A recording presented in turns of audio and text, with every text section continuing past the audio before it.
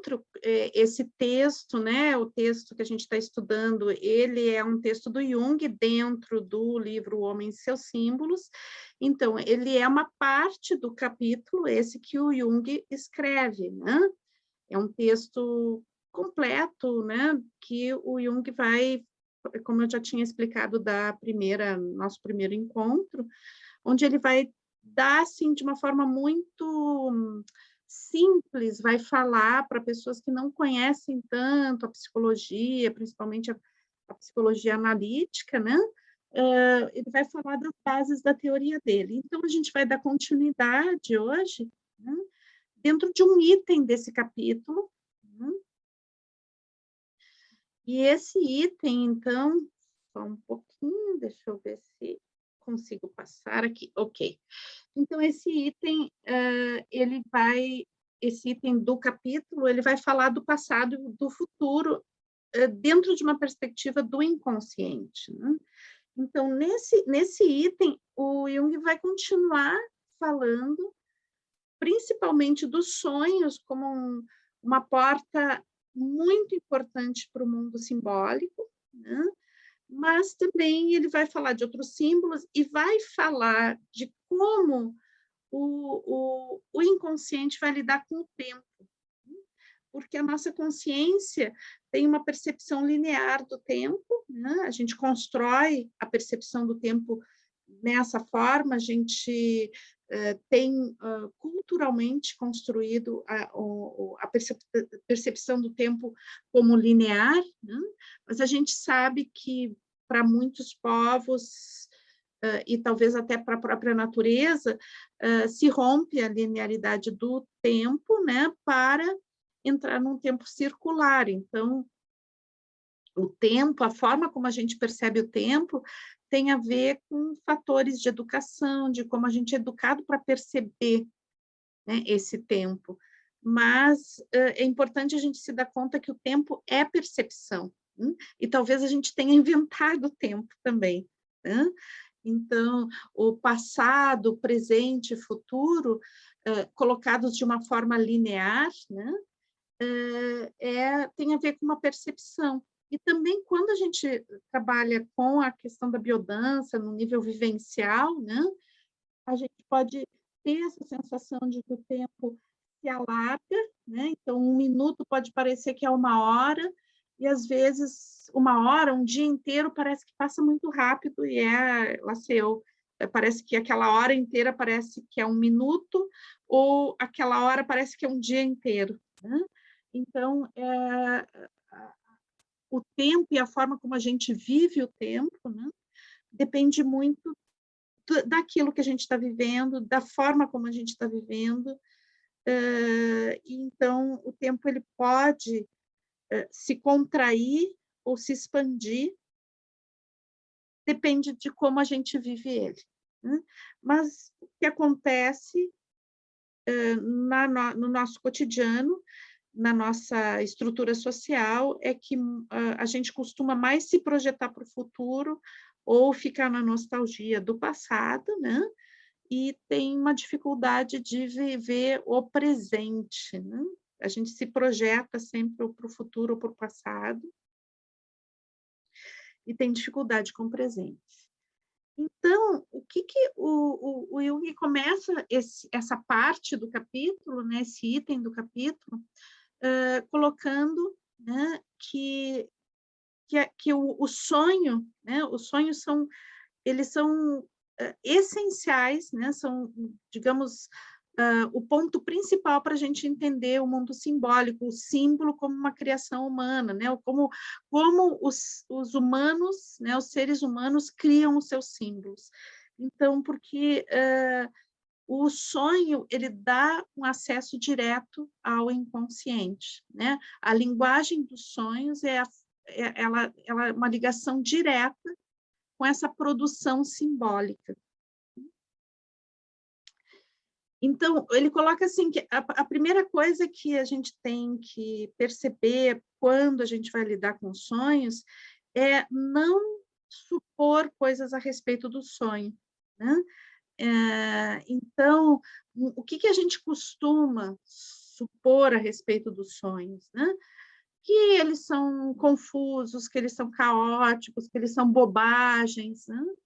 Então, a primeira coisa é a gente não já taxar esse mundo, né, essa dimensão, como algo superficial, bobo, caótico, sem coerência, né? Que muitas vezes é a construção da relação com os sonhos que se fez por muito tempo dentro da nossa cultura racionalista, né? Então, olha o sonho, como é difícil de entender, então é um monte de bobagem, né? Então, que a gente não faça essas suposições para se relacionar com os sonhos. Então, ele coloca que a forma como a gente deve tratar os sonhos é como um fato, né? Um fato que ele representa, né, uma expressão do inconsciente. Então, não é uma bobagem, né? É algo que vem de um lugar que a gente não consegue colocar foco normalmente, mas que faz parte da gente. Então, se a gente entender a consciência como um foco que a gente dá em determinada coisa em determinado momento, e todas as outras coisas se desfocam, né? Ou perdem o primeiro plano, e às vezes perdem tanto o primeiro plano que a gente deixa de vê-las, né? Então, só que o fato de a gente deixar de vê-las não significa que elas desapareceram, simplesmente significa que a gente não vê. Né? E muitas vezes essas coisas que a gente não vê, elas têm coisas a comunicar para a gente. Né? E muitas vezes essas coisas que a gente não vê, elas não somente têm coisas a comunicar para a gente, como elas determinam algumas ações, mesmo que a gente ache que essas ações são determinadas pela nossa consciência.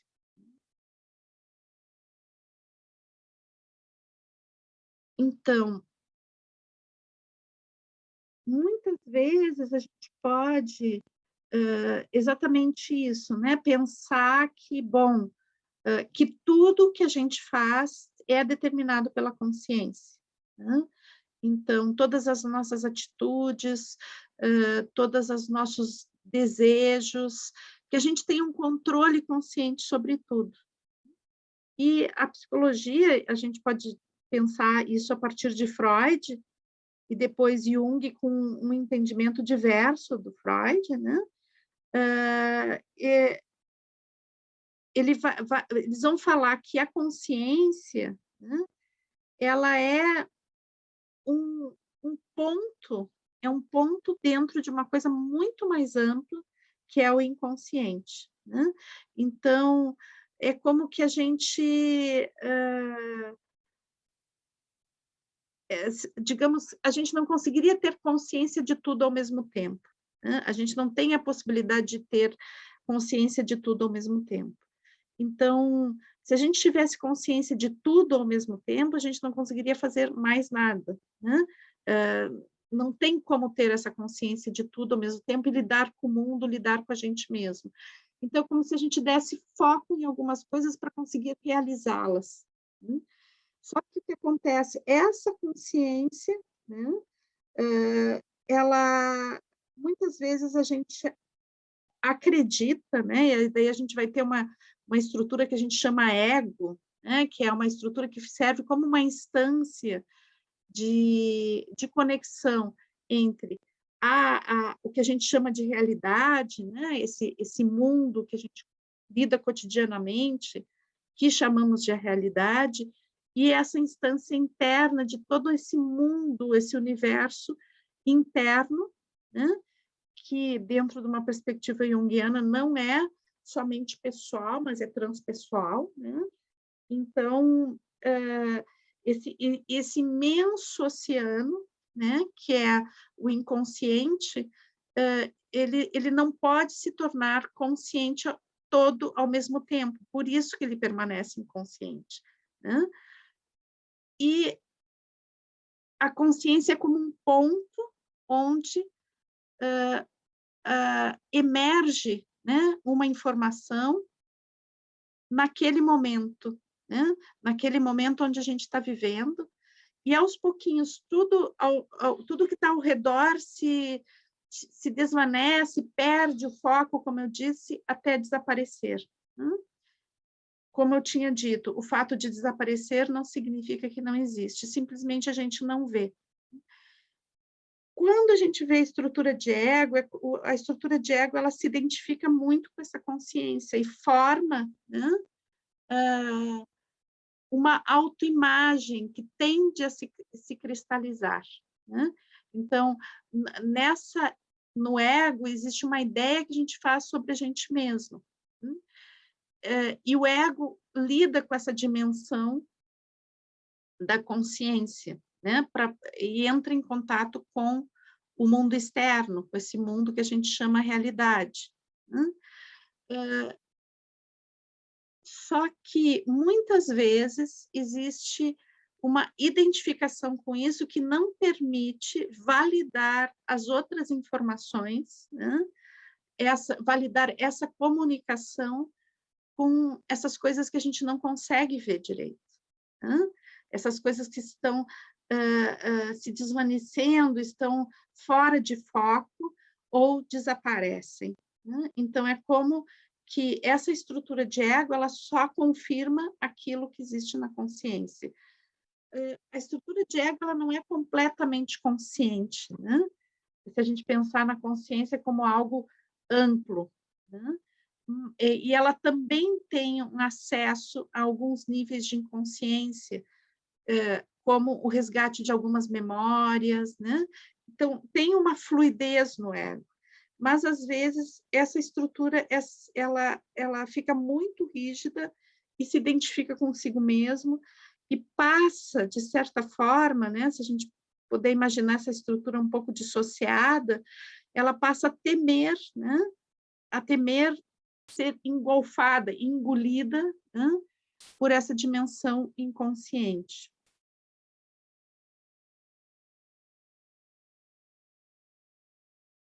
Então, mas então é muito importante, né, a gente se dar conta que esteja o ego identificado ou não consigo mesmo, né? Em que dimensão ele está identificado consigo mesmo que dentro da nossa percepção de ou que a gente acredita que somos nós, a gente qualifique as mensagens do inconsciente como bobagens, as nossas intuições como algo não confiável.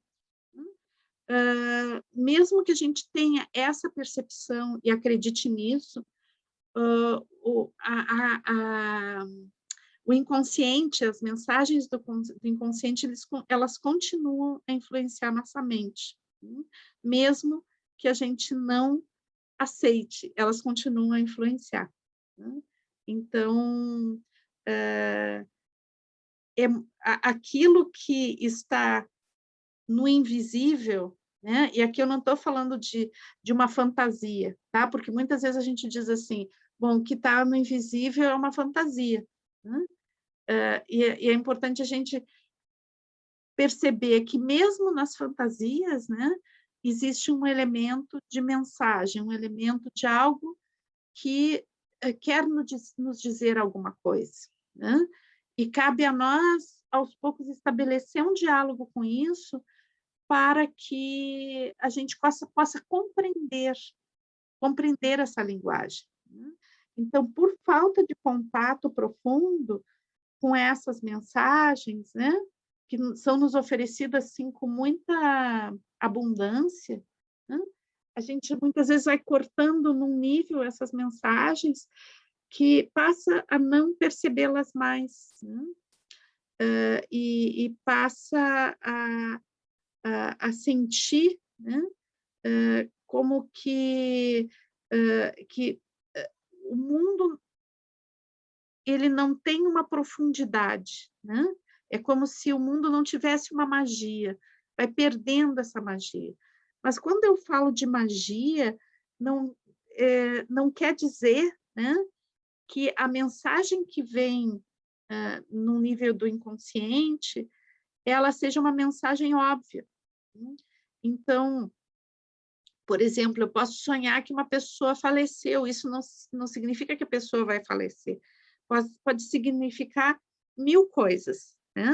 Então, para cada pessoa vai significar algo diferente sonhar. Em cada situação de vida, aquele símbolo vai significar alguma coisa diferente. E por isso é importante a gente não tentar decifrar rapidamente a mensagem que está por trás daquela imagem, né?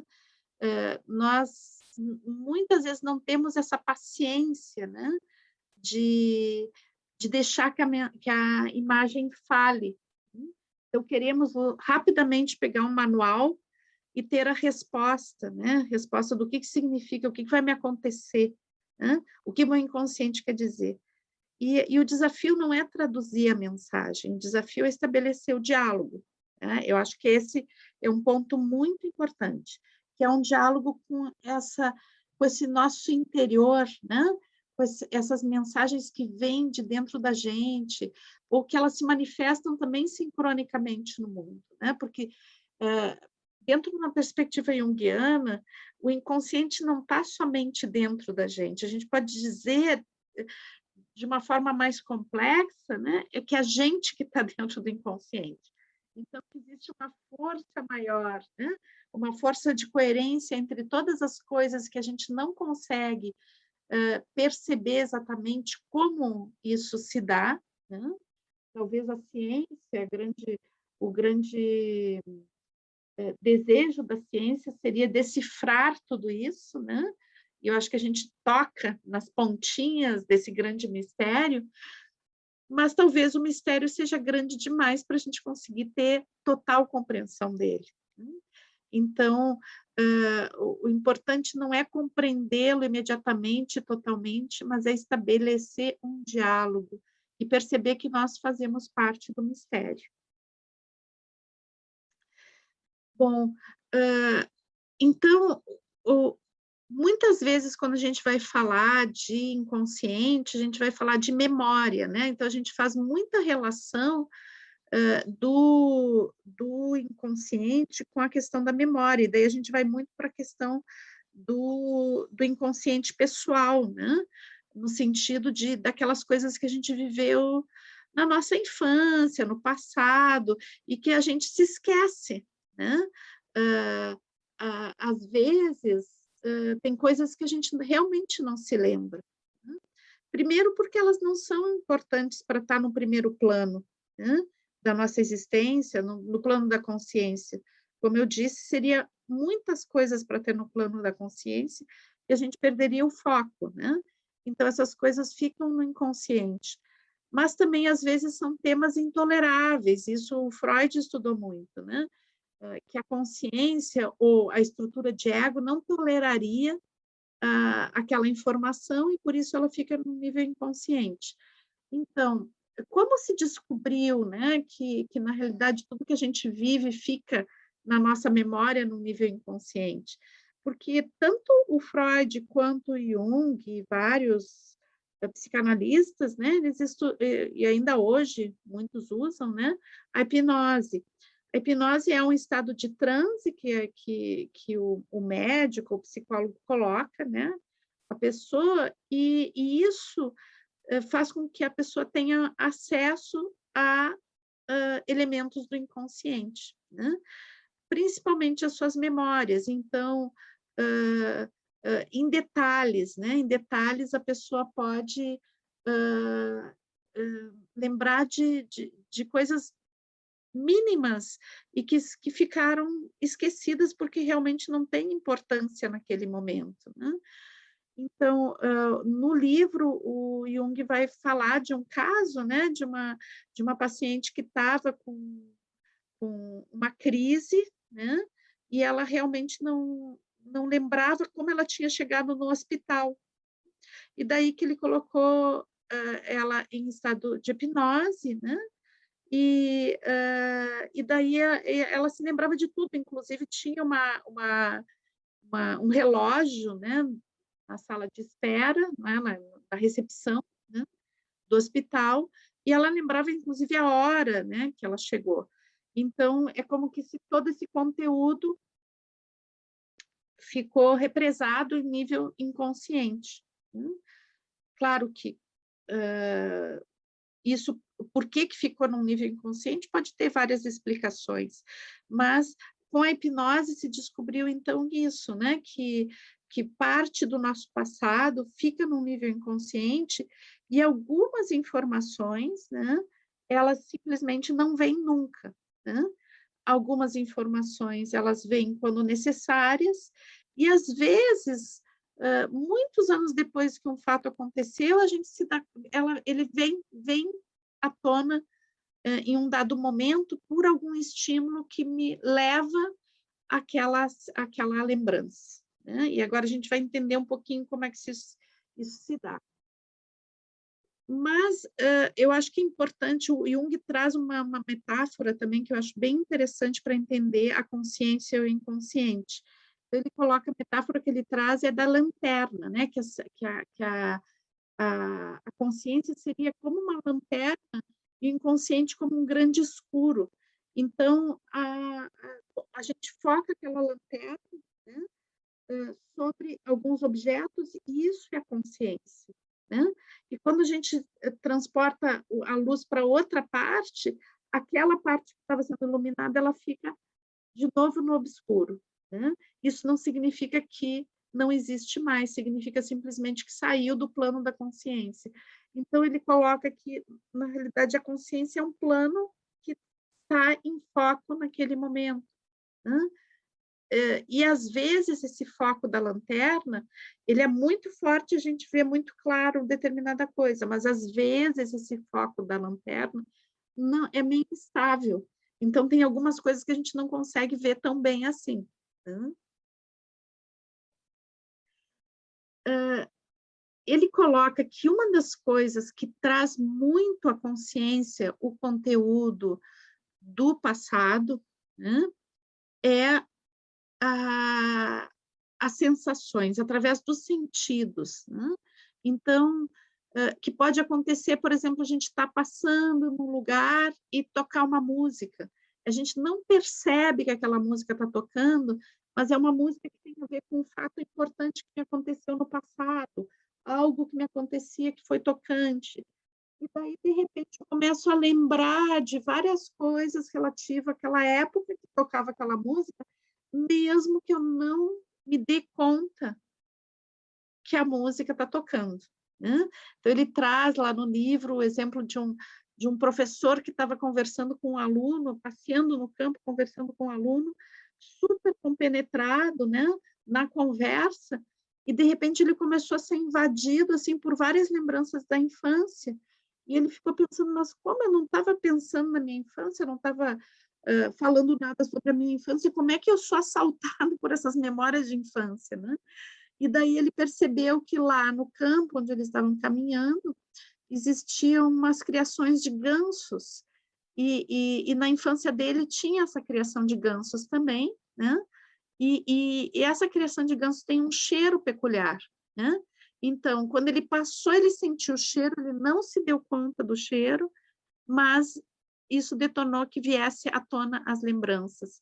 Então, que ele coloca que uma das chaves para via memória, né, de coisas que estão, são conteúdos que estão lá guardados e que a gente não tem acesso, são as percepções subliminares, ou seja, o que significa isso? São percepções que eu não estou me dando conta que eu estou tendo, mas estou, né? Então, um toque, um cheiro, um gosto, um som, uma imagem, né? Tudo que vem pelos órgãos dos sentidos pode despertar, de repente, uma memória, pode despertar um conteúdo do inconsciente. Então, e daí que existem alguns conteúdos, né? Que ele vai dizer que que dentro da psicologia, não é ele que vai dizer, né, mas que são muito difíceis da consciência aceitar. Por que são difíceis da consciência aceitar, né? Porque a estrutura de ego não consegue, né, aceitar aquele fato, ou aceitar não cabe dentro da imagem de si mesmo que a pessoa tem, né? E é como que aquela mensagem, aquilo que foi vivido, ou aquele símbolo também que vem, né? Fosse intolerável. A estrutura de consciência não consegue tolerar se ver em relação àquele fato do passado ou um determinado símbolo. Então, é como se ficasse isso num nível inconsciente justamente por ser intolerável. Então, eu gosto de relacionar, isso aqui não é uma coisa que Jung fala no livro, né, mas que eu gosto de relacionar, tem a ver muito com a teoria de biodança também, né, é que a gente poder pensar um pouquinho no que significa a nossa autoimagem, né? Então, para o Rolando Toro, autoimagem e autoestima estão muito relacionadas, né? Então, a imagem que eu faço de mim mesmo tem a ver com a forma como eu me aprecio ou não me aprecio, né? A minha autoestima. E isso é muito variável, tanto a autoimagem quanto a autoestima é muito variável. Agora, a gente tem muito trabalho para construir a nossa autoimagem, né? Então, é importante dizer, quando a gente fala de autoimagem, que nós somos as únicas pessoas que não nos vemos diretamente, né? A gente vai sempre precisar de uma fotografia, vai precisar de um espelho, de uma filmagem para conseguir ver a nós mesmos. A gente não tem acesso à nossa imagem diretamente. Por isso, a construção da nossa autoimagem é muito subjetiva, né? E ela está calcada sobre as nossas experiências e principalmente sobre as nossas atualizadas experiências. Então, a forma como a gente se percebe tem a ver com uma atualização quase que cotidiana daquilo que a gente está vivendo. E, então, por essa inconstância da autoimagem, né, que vai gerar uma inconstância da autoestima, ou seja, às vezes a gente acorda, né, de manhã se sentindo maravilhoso, no meio da tarde a gente já está se sentindo horrível, daí lá de noite começa a se sentir legal de novo, né? Então, essa instabilidade, essa flutuação, que não pode ser super drástica, mas que a gente tem essa flutuação que está muito relacionado com os nossos estados de ânimo, né? Uma flutuação que não é drástica, né? Se não existe uma patologia, não é drástica, mas ela acontece o tempo todo, né? Então, leva à construção de uma autoimagem que tem uma relativa estabilidade, né? Não é rígida, mas tem uma relativa estabilidade. Então, quando um conteúdo do inconsciente que está recalcado, ele vem à tona, ele pode destruir, né, aquela imagem que eu faço de mim mesmo. E que é uma construção que vem de toda uma vida. O que dentro dessa estrutura, né, a qual eu fui educado para ser, como é uma pessoa boa, como é uma pessoa justa, então, toda essa construção que eu faço, de repente, me vem numa forma simbólica que eu não entendo, que me assusta, né? Me vem uma memória de uma coisa que é intolerável, e isso é muito ameaçador para a questão da autoimagem. E isso é recebido pelo ego como uma coisa muito ameaçadora também, né? Porque dentro da construção da autoimagem tem muita influência da estrutura egóica. E quanto mais ela é identificada com uma autoimagem idealizada, mais rígida fica. Mas é importante a gente perceber que quando a gente qualifica esse acesso, né, ao inconsciente e vai aos pouquinhos fluindo nessa linguagem, né, vai fluindo, vai acolhendo essas imagens, vai acolhendo essas intuições, vai acolhendo as imagens dos sonhos, a gente começa a fazer um diálogo e essa coisa do intolerável começa a ter flutuações, né? Flutuações onde aquilo que era intolerável passa a ter uma certa, de certa forma, um pouco mais tolerável. Só um pouquinho, pessoal. E aos poucos a gente começa a conseguir fazer um diálogo bem bonito com esses conteúdos, né? E até revê-los e consegue ressignificá-los e consegue ressignificar também coisas que já nos passaram e que foram difíceis, ver de outras formas, né? Porque aceitar esse passado também é se acolher, né? E integrar as coisas que a gente já viveu. E lá no inconsciente também existem as nossas fontes, ali está a fonte de quem somos nós, né? Então, todas as nossas novas ideias, inspirações, sabedorias, coerências estão ali, né? Então, é muito importante a gente ir construindo esse acesso para ter também não só um acesso ao nosso passado, mas para construir a nossa vida. Então, quando Jung vai falar de passado e futuro dentro do inconsciente, né?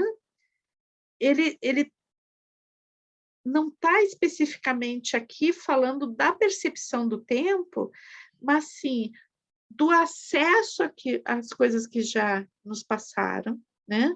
Desse acesso buscando uma coerência nessas coisas que já nos passaram, uma experiência de vida, algo que eu tenho que integrar à minha existência, né?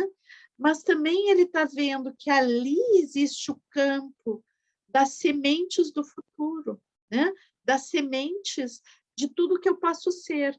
Então, o inconsciente é a fonte para eu construir coisas que têm a ver com uma coerência comigo mesmo. Ali está a fonte de todas as inspirações. Então, dentro das mensagens que o inconsciente nos traz, né, existe muita coerência. Então, às vezes a gente tem muita dúvida a respeito de que caminho a gente toma na nossa vida, quais os rumos que a gente toma na nossa vida, porque em nível de consciência, muitas vezes a gente está avaliando coisas num nível muito racional, no sentido, tal coisa me serve, é vantagem, não é vantagem. Às vezes a gente tem uma força muito grande de querer realizar algo, mas daí vem algo do lado da consciência que diz assim, talvez não seja melhor não fazer, porque é perigoso, porque não é adequado, porque não é vantajoso, né? Então, todas essas ponderações que vão, muitas vezes, transformando a vida em um grande dilema, né? Porque tem pessoas que... É claro que é importante a gente ponderar as coisas na vida, né? E dialogar com isso, mas, às vezes, algumas pessoas têm muita dificuldade de tomar decisões, né? De se posicionar claramente consigo mesmo, o que eu quero, como eu vou me realizar, porque fica perdido em dilemas, né? Perdido em mil estradas que podem ser tomadas. Então, quando a gente consegue ouvir a voz do inconsciente, né? A gente consegue ter mais claro as trajetórias a tomar, né? E isso vem muito, muito, muito através das imagens dos sonhos, né? Os sonhos, o nosso mundo onírico, ele é de uma grande sabedoria, ele nos dá num nível simbólico, né? Não vai nos falar, olha, faz isso, né? Mas, às vezes, no nível de imagem, vem muito claro, né? Os rumos que a nossa essência, que a nossa alma quer tomar. E também nesse nível simbólico, nesse nível profundo, a gente vai ter a fonte de grandes ideias e vai ter grandes inspirações, né? Então, aqui, quando a gente consegue se permitir ter acesso a essas informações, se a gente consegue validar as imagens que nos vêm, né? A gente tem uma fonte de grande sabedoria e vai ter muitas chaves para a vida. Né? Então, a vida mecanizada, a vida sem sentido, sem perspectiva, ela tem muito a ver com a dificuldade de ter acesso a esse mundo, né? Porque o universo não está só fora, ele está dentro da gente também. Né? Então, qual é o diálogo que a gente tem que fazer, né? É só com sonhos? Então, o diálogo, ele é o diálogo com os sonhos, sim, né? Muito importante vou colocar para vocês de novo algo que eu considero importante, né? E que acredito que várias pessoas que trabalham com sonhos consideram. Tenha um sonhário, né? Tenha um caderno de sonhos, anote, mesmo que você não tenha ninguém para ajudar a interpretar, né? Mas fique com as imagens, desenhe as imagens, se relacione com as imagens dos sonhos. Aqui a gente tem uma fonte de inspiração, a gente tem uma fonte de respostas, assim, mensagens super preciosas, né? Que é muito importante a gente deixar que falem com a gente. Mas também existe uma outra fonte de imagens que é muito interessante, é importante a gente estar atento também, né? Que são os nossos devaneios. Sabe quando a gente está parado, assim, de repente vem uma imagem, que a gente fica com aquele olho parado, assim, de repente entra em um paralelo, assim, entre aspas, né? Então, que vem imagens para a gente, essas imagens também elas nos falam, né? Depois, outra coisa que é super importante, a intuição, né? Dá voz para a intuição, dá crédito para a intuição, não deixar para lamentar depois, quando a gente já foi avisado e não deu ouvidos àquilo que a gente estava intuindo, né? Então, procure perceber o que essa intuição quer dizer.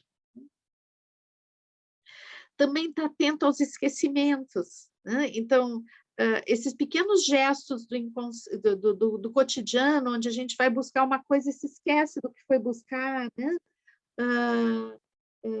Vai falar algo, mas você esquece o nome de uma pessoa na hora que vai falar com ela. Então, a gente poder perceber, né, o que está acontecendo aqui que eu estou me esquecendo, né? O porquê que eu estou me esquecendo. Não buscar uma resposta racional para isso, né? Mas assim, entender que também o fato de algo desaparecer do campo da minha consciência em determinado momento tem um significado também, né?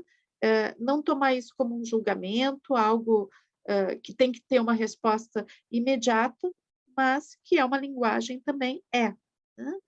E depois também a sincronicidade, que é uma coisa que tem muito a ver com a teoria de Jung, que fala do inconsciente coletivo. Então, que fala que, na realidade, a gente está dentro de uma totalidade toda interligada, né? Então, os movimentos do nosso cotidiano têm a ver com todas as coisas que nos acontecem, elas estão trazendo o tempo todo significados, né? Então, essa separação que a gente faz entre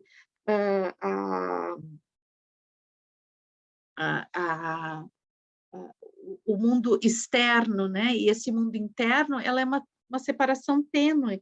Na realidade, não existe, as coisas estão interligadas. Né? Então, se a gente vai pensar em sincronicidade, a sincronicidade está falando de uma linguagem onde existe uma conexão entre todas as coisas. Tá bom, pessoal?